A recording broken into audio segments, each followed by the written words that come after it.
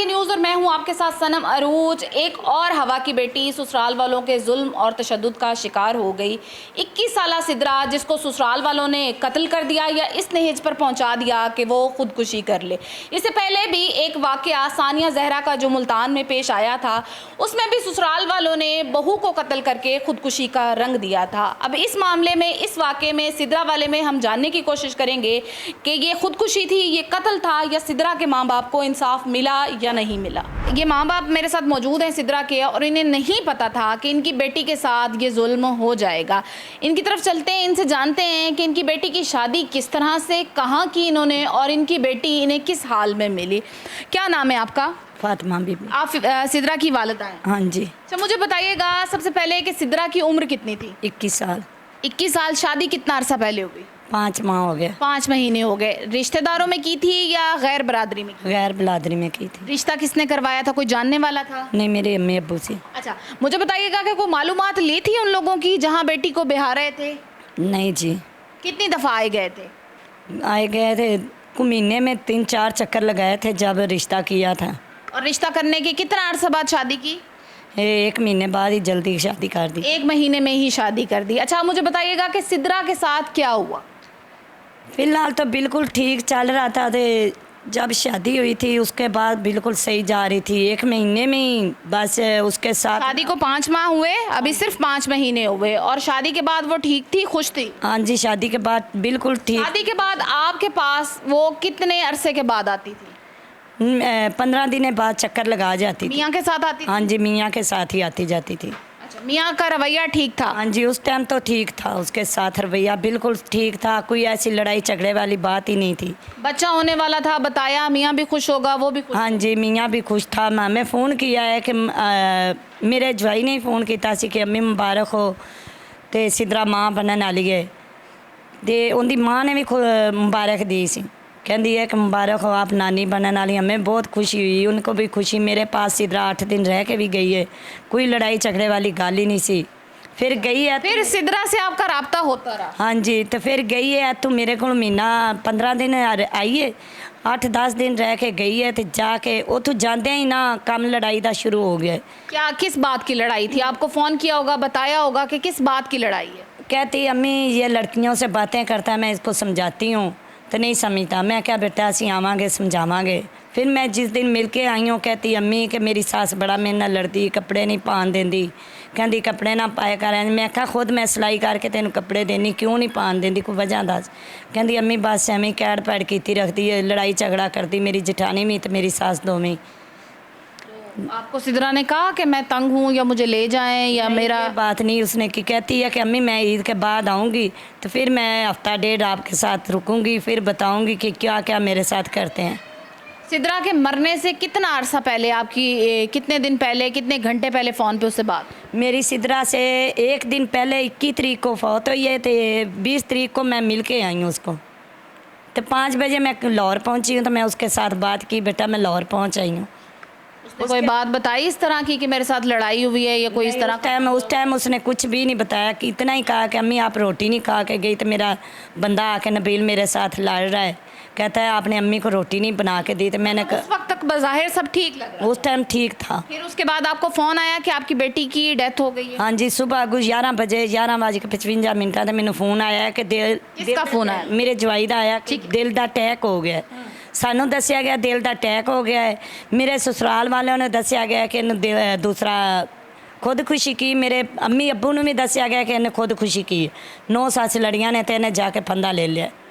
हालांकि अंधे को भी नज़र आ रहा है, तस्वीरें साथ चलाएंगे, इनके पास तस्वीरें मौजूद हैं कि उसकी गर्दन पर निशान है। अब जब गर्दन पर निशान है, उसने खुदकुशी की है, तो पहले वालिदैन को ये बताया गया कि उसे हार्ट अटैक आया है, या उसकी मौत जो है वो कुदरती तौर पर हुई है, खुदकुशी या कत्ल नहीं है। अच्छा, फिर आपको क्या लगता है अब कि आपकी बेटी बिल्कुल ठीक थी, आपकी बात हुई, वो सही थी, फिर ऐसा क्या हो गया कि बात इस नौबत तक पहुँची कि आपकी बेटी ने खुदकुशी कर ली या आपकी बेटी का कत्ल कर दिया गया? हमारी बच्ची को ना कत्ल किया है। मेरी बच्ची है काम कर ही नहीं सकती, क्योंकि मैं रात मिल के आई हूँ, मैं खुश उसको छड़ के आई हूँ, जो जो चीज़ कहती थी मैं लेके गई हूँ। मैं अपनी बच्ची को बिल्कुल खुशी खुशी छड़ के आई हूँ। आपने पूछा उसके ससुराल वालों से जब आप गई हैं, आपकी बेटी की तदफीन होगी उसके बाद, कि मेरी बेटी का अगर कत्ल हुआ है, तो उन्होंने आपको मुतमईन करने की कोशिश की कि उसने खुदकुशी की है, कत्ल नहीं हुआ? हाँ जी, वो कहते हैं इसने खुदकुशी की है। ਅਸੀਂ ਤੇ ਇਹਨੂੰ ਪੁੱਛਿਆ ਦੱਸਿਆ ਨਹੀਂ, ਅਸੀਂ ਤੇ ਇਹਦੇ ਨਾਲ ਗੱਲ ਹੀ ਨਹੀਂ ਕੀਤੀ, ਅਸੀਂ ਤੇ ਇਹਨੂੰ ਕਦੀ ਫਿੱਟੇ ਮੂੰਹ ਨਹੀਂ ਕਿਹਾ। ਇਹਨੇ ਖੁਦਕੁਸ਼ੀ ਕੀ, ਗੁੱਸੇ ਨਾਲ ਆਪੇ ਹੀ ਉੱਠ ਕੇ ਲੱਗੇਗੀ ਖੁਦਕੁਸ਼ੀ ਕਰਨ। ਮੈਂ ਕਿਹਾ ਪਾਗਲ ਹੈ, ਉਹਨੇ ਖੁਦਕੁਸ਼ੀ ਕਰਨੀ। तो पुलिस के पास गए आप लोग? हाँ जी, पुलिस आई सी। पुलिस उन्ना चिर साडा साथ देंदी रही है, कहती रही है कि बच्ची खुदकुशी नहीं कर सकती, खुदकुशी नहीं कर सकती। तो जिन्ना चिर डैड बॉडी पई रही उन्ना चिर पुलिस कहती रही है कि खुदकुशी बच्ची नहीं कर सकती। जा डैड बॉडी उन्हें भेजन लगे ने पासपोर्टम के लिए, जाए पासपोर्टम लैके जानी है, अंगूठे लगा दो। मेरे मियाँ से धोखे ना उन्हें अंगूठे लवा लेने। अली स्नैन पुलिस वाला सी, उन्हें अंगूठे लवाए ने, लवा के तो वो बच्ची ने खिला दिता है। इस बात के अंगूठे के हमारी बेटी ने खुदकुशी की है, सुलहनामे के, राजीनामे के, इस बात? हमें पता ही नहीं, हमें तो बस खाली पेपर पे अंगूठा लगवाया है कि खाली पेपर पे खाली बताया नहीं कि किस चीज़ के पेपर? नहीं, इन्ना क्या है कि इन पोस्टमार्टम वास्ते भेजन डे क्या इन्ना के पोस्टमार्टम वास्ते। पता चला है पुलिस वालों ने कोई बताया है कि किस चीज़ के पेपर है, क्यों अंगूठे लगवा? ਮੈਨੂੰ ਪੜ੍ਹਨਾ ਹੀ ਨਹੀਂ ਆਉਂਦਾ ਜੀ। ਉਹਨਾਂ ਨੇ ਸਿਰਫ ਇਹਨਾਂ ਕਿਹਾ ਜੀ ਪੋਸਟਮਾਰਟਮ ਵਾਸਤੇ ਲਿਜਾਣੀ ਹੈ ਤੇ ਇਹਦਾ ਪੋਸਟਮਾਰਟਮ ਹੋ ਜਾਏਗਾ ਤੇ ਇਹਦਾ ਪਤਾ ਲੱਗ ਜਾਏਗਾ ਵੀ ਇਹਨਾਂ ਕਤਲ ਕੀਤੀ ਹੈ ਕਿ ਦੂਸਰੀ ਖੁਦਕੁਸ਼ੀ ਹੋਈ ਹੈ। पोस्टमार्टम की रिपोर्ट फिर दी ਜੀ ਸਿਰਫ ਪੋਸਟਮਾਰਟਮ ਵਾਸਤੇ ਨਹੀਂ ਜੀ, ਮੈਨੂੰ ਪੜ੍ਹਨਾ ਹੀ ਨਹੀਂ ਆਉਂਦਾ ਸੀ। ਉਹਨਾਂ ਅੰਗੂਠਾ ਲਵਾ ਲਿਆ ਤੇ ਅਸੀਂ ਨਾ ਥੋੜੀ ਦੇਰ ਬਾਅਦ ਉਹਨਾਂ ਨੇ ਕਿਹਾ ਜੀ ਪੋਸਟਮਾਰਟਮ ਵਾਸਤੇ ਲੈ ਜਾਓ। ਸਿੰਗਲ ਪ੍ਰਿੰਟ ਲਾਹੌਰ ਵਾਲੀ ਗਈ ਸੀ, ਪਹਿਲੋਂ ਨਨਕਾਣੇ ਵਾਲੀ ਆਈ ਹੈ ਤੇ ਉਹਨਾਂ ਨੂੰ ਨਹੀਂ ਪਤਾ ਚੱਲਿਆ। ਫਿਰ ਇਹਨਾਂ ਲਾਹੌਰੋਂ ਬੁਲਾਈ ਹੈ, ਲਾਹੌਰ ਵਾਲੇ ਗਏ ਨੇ ਤੇ ਉਹਨਾਂ ਜਾ ਕੇ ਚੈੱਕ ਕੀਤੀ, ਸਾਰਾ ਉਹਨਾਂ ਚੈੱਕ ਚੁੱਕ ਕਰਕੇ ਤਕਰੀਬਨ 12 ਵਜੇ ਸਾਨੂੰ ਉਹਨਾਂ ਡੈੱਡ ਬਾਡੀ ਦਿੱਤੀ। ਅਸੀਂ ਪੋਸਟਮਾਰਟਮ ਵਾਸਤੇ ਲੈ ਗਏ ਹਾਂ। ਰਾਤ ਅਸੀਂ ਜਲੀਲ ਹੁੰਦੇ ਵਤੇ ਹਾਂ, ਡਾਕਟਰ ਨਹੀਂ ਮਿਲੀ। ਫਿਰ ਸਵੇਰ 10 ਵਜੇ ਡਾਕਟਰ ਆਈਏ, ਉਹਨੇ ਆਣ ਕੇ ਤੇ ਪੋਸਟਮਾਰਟਮ ਕੀਤੀ। ਜਿਸ ਪੋਸਟਮਾਰਟਮ ਕੀਤੀ ਅਸੀਂ ਘਰ ਲੈ ਆਏ ਹਾਂ, ਬੱਚੀ ਨੂੰ ਨਵਾ ਕੇ ਤੇ ਉਵੇਂ ਹੀ ਦਫਨਾਇਆ ਸੀ। ਪੋਸਟਮਾਰਟਮ ਹੋਈ ਸੀ ਤੇ ਇਸ ਵਜ੍ਹਾ ਤੋਂ ਕਰਕੇ ਅਸੀਂ ਰੱਖ ਨਹੀਂ ਸੀ ਸਕਦੇ ਸੀ। ਤੇ ਜਿਸ ਟਾਈਮ ਇਹ ਹੋ ਗਿਆ ਤੇ ਬਾਅਦ ਵਿੱਚ ਸਾਨੂੰ ਆਉਂਦੇ ਨੇ ਜੀ ਬੱਚੀ ਨੇ ਖੁਦਕੁਸ਼ੀ ਕੀਤੀ। ਕਾਰਵਾਈ 174 ਦੀ ਹੈਗੀ ਹੈ ਜੀ, ਜਿੰਨਾ ਚਿਰ ਸਿੰਗਲ ਪ੍ਰਿੰਟ ਦੇ ਤੇ ਰਿਪੋਰਟਾਂ ਨਹੀਂ ਆਉਣਗੀਆਂ ਪੋਸਟਮਾਰਟਮ ਦੀਆਂ ਅਸੀਂ ਕਾਰਵਾਈ ਨਹੀਂ ਕਰਾਂਗੇ। अच्छा, मुझे बताइएगा कि वहाँ आपने कोई इलाके वालों से पूछा कि एकदम से अच्छी खासी बंदी उसने खुदकुशी कर ली है, कोई साथ वालों ने बताया कि किस तरह से हॉस्पिटल ले गए, डॉक्टर के पास ले गए नहीं ले गए? साथ वाले महल्ले वाले सामने उनका घर है, कहते हैं कि बाजू बन के ना मोटरसाइकिल नाल ते लत्तां बन के ते इहनूं लैके गए ने। सानू कहंदे ने कि असी क्या हो सकदा, बच्ची है को गर्मी गुरमी का झटका लग गया होना तो लैके जा रहे हैं। बाहरों बाहर ही लैके गए ने तो उधरों ही एंबूलेंस पा के ले आए ने। वो पुलिस वाले ने सारा कुछ किया है करके, उन्हें एंबूलेंस मंगवाई, उन्हें विच पाया, लैके चले गए। तो मेरे अब्बू होरां नूं कहंदे ने कि इन्हें खुदकुशी कर ली है। मुझे बताइएगा कि पुलिस के पास दोबारा से आप गए हैं, पोस्टमार्टम की रिपोर्ट में क्या आया है, कोई आप लोगों को अपडेट किया है पुलिस ने? ਪੋਸਟਮਾਰਟਮ ਰਿਪੋਰਟ ਸਾਨੂੰ ਦੇ ਨਹੀਂ ਰਿਹਾ ਜੀ, ਬਿਲਕੁਲ ਹੀ ਨਹੀਂ ਦੇ ਰਿਹਾ। ਅਸੀਂ पोस्टमार्टम रिपोर्ट ही ਨਹੀਂ ਦੇ ਰਿਹਾ ਜੀ, ਨਾ ਰਿਪੋਰਟ ਉਹਨਾਂ ਕੋਲ ਪੁੱਛੀ ਦੀ ਰਿਪੋਰਟ ਲਿਆਂਦੀ ਹੈ, ਉਹ ਆਂਦੇ ਨੇ ਨਹੀਂ ਆਈ ਰਿਪੋर्ट ਆਏਗੀ। ये इलाका कौन सा है और थाना कौन सा लगता है? ਥਾਣਾ ਮੰਗਟਾਂ ਵਾਲਾ ਜੀ ਤੇ ਜ਼ਿਲ੍ਹਾ ਨਨਕਾਣਾ ਸਾਡਾ। और ਕਾਸਮ जहाँ बेटी- ਹਾਂਜੀ ਕਾਸਮ टोरी पिंड है जी। और मुझे बताइएगा कि इन्वेस्टिगेशन इंचार्ज जो इस केस को देख रहा था, ये जिसने आपसे हाँ जी, तफ्तीश- आपसे अंगूठे लगवाए, उसका क्या नाम था? ਤਫਤੀਸ਼ੀ ਰਸ਼ਾਦ ਸਾਹਿਬ।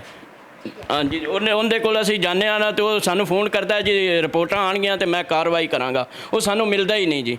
ਤੇ ਜੇ ਅਗਰ ਡੀਐਸਪੀ ਕੋਲ ਗਏ ਆ ਤੇ ਉਹਨੇ ਸਾਨੂੰ ਇੱਕੋ ਹੀ ਲਫ਼ਜ਼ ਬੋਲਦਾ ਜਿਸ ਲਈ ਚਾਹੀਦਾ ਜੀ ਰਿਪੋਰਟਾਂ ਆਉਣਗੀਆਂ। ਤੇ ਅਸੀਂ ਕੱਲ ਗਏ ਆ ਜੀ, ਉਹਨਾਂ ਨੂੰ ਇੱਕੋ ਗੱਲ ਕੀਤੀ। ਉਹਨਾਂ ਕਿਹਾ ਜੀ ਨਹੀਂ ਤੁਸੀਂ ਜਿੰਨਾ ਮਰਜ਼ੀ ਵੀ ਭੱਜ ਲਓ, ਤੁਸੀਂ ਸੀਸੀਟੀਵੀ ਕੋਲ ਵੀ ਚਲੇ ਜਾਓ ਨਾ, ਜਿੰਨਾ ਚਿਰ ਰਿਪੋਰਟਾਂ ਨਹੀਂ ਅਸੀਂ ਲਿਖ ਕੇ ਕੱਲ देंगे जी। ਅਸੀਂ ਰਿਪੋਰਟਾਂ ਆਉਣਗੀਆਂ ਤੇ ਅਸੀਂ ਕਾਰਵਾਈ ਕਰਾਂਗੇ। हम लोग यही मरियम नवाज से चाहते हैं कि हमें जल्द से जल्द रिपोर्टां मिल जान तो हमारी बच्ची को इंसाफ मिल जाए। जो आज हमारी बच्ची के साथ ये काम हुआ है, कल किसी और की बच्ची के साथ ना हो। आज जैसे मैं माँ रो रही हूँ, आप किसी की बच्ची की माँ ना रोए। इतना सारा अरसा जो गुजरा है, इसमें बेटी के ससुराल वालों ने दोबारा राब्ते की कोशिश की? नहीं जी, बिल्कुल नहीं। कि उन्होंने वो तो ऐसे ही लगे बंदे ने जी, ਅਸੀਂ ਤਾਂ ਬਿਲਕੁਲ ਅਸੀਂ ਕਤਲ ਕਰਕੇ ਤੇ ਆ ਰਹੇ ਹਾਂ ਜਾ ਰਹੇ ਹਾਂ।